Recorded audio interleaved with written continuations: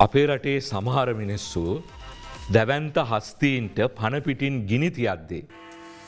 යන එනමං නැතුව ආපදාවට ලක්වුණු සර්පයාට පවා ආදරයෙන් සලකපු මිනිස්සුත් මේ පොළොව මත හිටිය.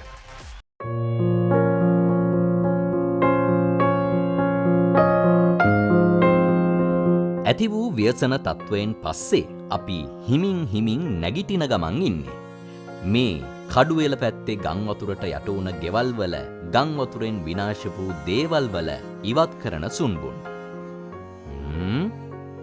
සර්පයෙක් නේද? ඔව්, ඔය ඉන්නේ ගැරන්ඩියෙක්. එයත් ගංවතුරට හසුවෙලා තුවාල වෙලා. එකම තැනකට වෙලා හෙලවෙන්නේ නැතුව ඉද්දි තමයි මෙයා ගැන බලන්න හිතිලා තියෙන්නේ.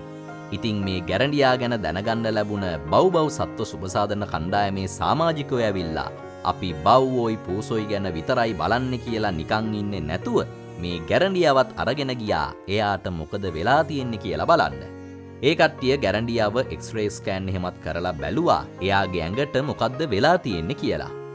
ඊට පස්සේ ගැරන්ඩියාට අවශ්‍ය ප්‍රතිකාර කරලා දැන් එයා සනීප වෙන ගමන් තමයි ඉන්නේ කියලා තමයි ලෝකයට දැනගන්න ලැබුණේ. ගැරන්ඩියා කියන්නේ අපි අකමැති වුණත් අපිට ලොකු සහයෝගයක් දෙන ජීවියෙක්. ඔය කරදරකාර මීයෝ එහෙම ගොඩක්ම නැති කරන්නේ පූසෝ නෙමෙයි ගැරන්ඩියා. ඉතින් මේ ගැරන්ඩියා වගේ ගම් වතුරට වෙන ආපදාවලට ලක්වුණ සත්තු තව ගොඩක් ඇති. බව් සංවිධානයේ පිරිස වගේ අපේ ලෝකයෝ සතාගේ වර්ගේ බලන්නේ නැතුව හැම සතෙක්ට හැම ජීවිතයක්ම බේරගන්න උත්සාහ කරන්න අපි උත්සාහ කරමු කියලා අපේ ලෝකයින්ට ලෝකයා යෝජනා කරනවා.